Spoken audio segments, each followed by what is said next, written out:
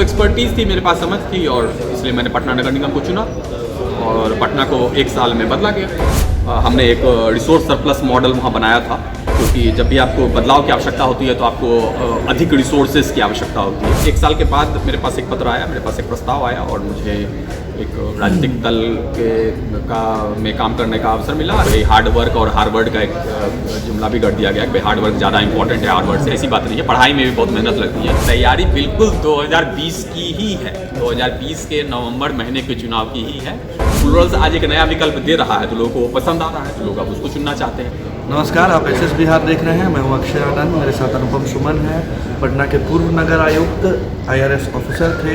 सबसे बड़ा सवाल ये कि आखिर पटना नगर निगम ही आपने तब क्यों चुना था? उस समय पटना नगर निगम में आने का मेरा बहुत स्पष्ट कारण था।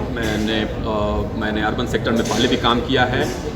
मैंने लंदन स्कूल ऑफ इकोनॉमिक्स से डेवलपमेंट की पढ़ाई की है, अर्बन पॉलिसी की पढ़ाई की है, और मुझ में वो क्षमता थी कि मैं शहर को बदल सकूं। और समय मेरे पास बहुत कम था, मैं 1 साल वहाँ काम करना चाहता था।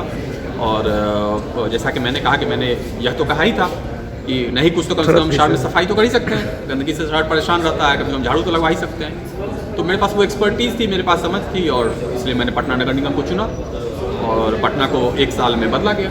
पटना में जितनी भी गंदगी थी उसको सफाई किया गया, उसकी व्यवस्था बनाई गई। मेरा घर पटना के कंकड़बाग में है। बहुत गंदा रहता है, डूबता भी है। 2 लाख के आसपास का सामान अकेले मेरे घर में बर्बाद हुआ, तो वो भावना हमसे जुड़ी है। आप तब नगर आयुक्त थे, मतलब आप उससे कुछ ही महीनों पहले रिजाइन कर चुके थे। आप क्या फील करते हैं वो हालात? मेरा घर भी डूब गया था। मेरे घर में भी, जैसे मेरा घर राजवंशी नगर में है, आपको पता नहीं होगा, मेरा घर भी डूबा हुआ था और 7 दिनों तक डूबा हुआ रहा। मेरे घर के अंदर भी कमरों में 3 फीट तक पानी था। हमारे भी लाखों के सामान बर्बाद हुए।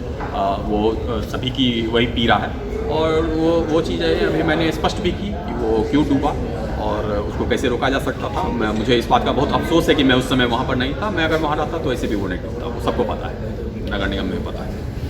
अभी पटना नगर निगम में हम बहुत सारे लेटेस्ट इक्विपमेंट्स देखते हैं। कहा जाता है कि कहीं ना कहीं वो आपके प्रोएक्टिव थिंकिंग का ही नतीजा है। इस पर आप क्रेडिट लेंगे? नहीं, मैं क्रेडिट नहीं लूँगा।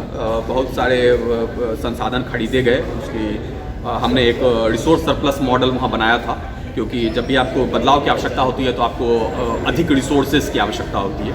तो रिसोर्स सरप्लस मॉडल में सभी प्रकार के संसाधन दुनिया में ही नहीं बल्कि देश में जितने भी म्यूनिसिपल कॉरपोरेशन है यहाँ, उन सबको में जो सामान है, जो संसाधन है, वो पटना नगर निगम के पास भी आज है।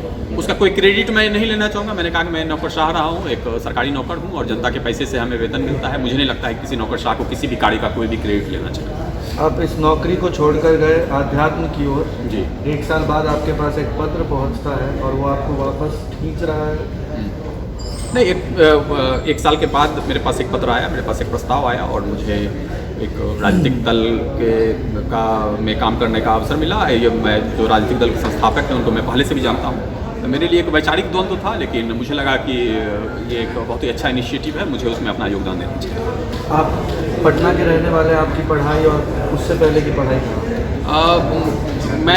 मुझसे यह लोग प्रश्न पूछते हैं तो मैं बोलता हूँ मैं कहीं का नहीं हूँ, क्योंकि बिहार में, क्योंकि मेरा जन्म सुपौल में हुआ, मेरे बचपन की पढ़ाई सहरसा में हुई, मैंने अपने कॉलेज की पढ़ाई पटना में की, मेरी पोस्टिंग गुजरात में रही, फिर मैं बिहार में रहा। मेरे पिता बेगूसराय से थे और मैंने लंदन में पढ़ाई की। तो कहीं भी घर हमारा नहीं है, कहीं भी स्थायी घर नहीं है। हम लोग के परिवार की स्थिति उतनी अच्छी नहीं थी कि हमारे पास घर होता, तो हमारे पास कहीं भी घर नहीं है। तो अभी पटना में है तो पटना से ही है। आपने UPSC को चुनने के पीछे अभी थोड़ी देर पहले बताइए, अगर आपकी माँ और आपकी दादी पापा आपके क्या करते हैं? मेरे पापा हमारे साथ नहीं रहते थे और उन्होंने हमारी फैमिली का त्याग कर दिया था।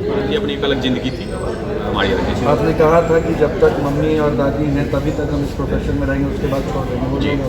जी बिल्कुल, वो मेरी दादी के साथ मेरा वो प्रॉमिस था, एक व्यक्तिगत बहुत ही निजी लम्हा था वो, और वो नहीं थी तो उसके बाद मुझे इस जॉब में कोई रुचि नहीं थी।